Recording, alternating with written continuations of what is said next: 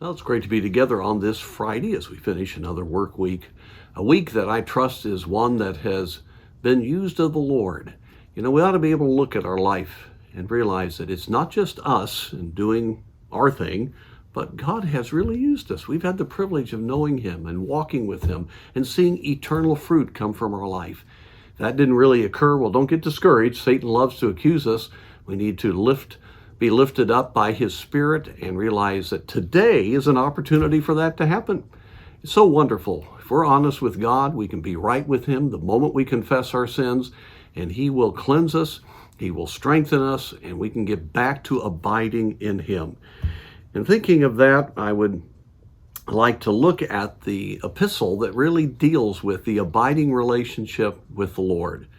I'd like to look at chapter 3, verse 18. Now, I've emphasized this several times, but I think it's so important when we think of staying encouraged to think of living outside of ourselves, not being bound by what we want and our situation, being so self-aware that we get discouraged, but instead living for others.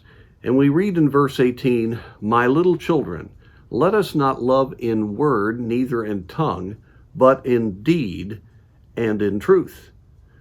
Now, that's very interesting. We are, of course, to say that we love people, and it should be on our tongue.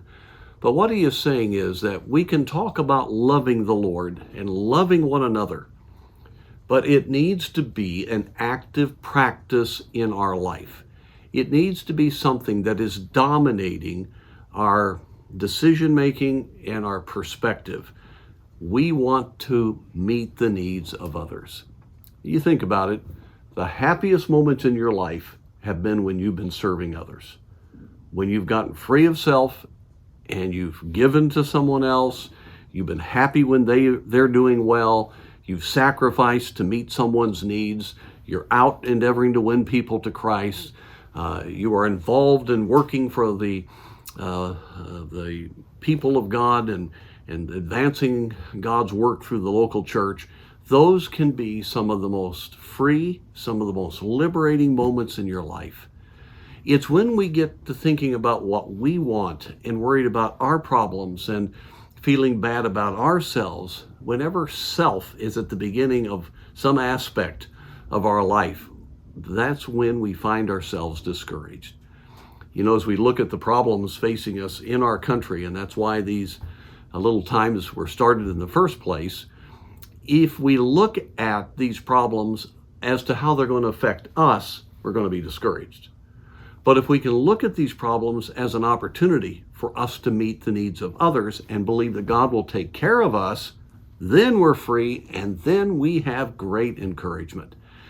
You see, when the love of God flows through us, when the Spirit of God is in control, there's not only that love, there is peace and there is joy.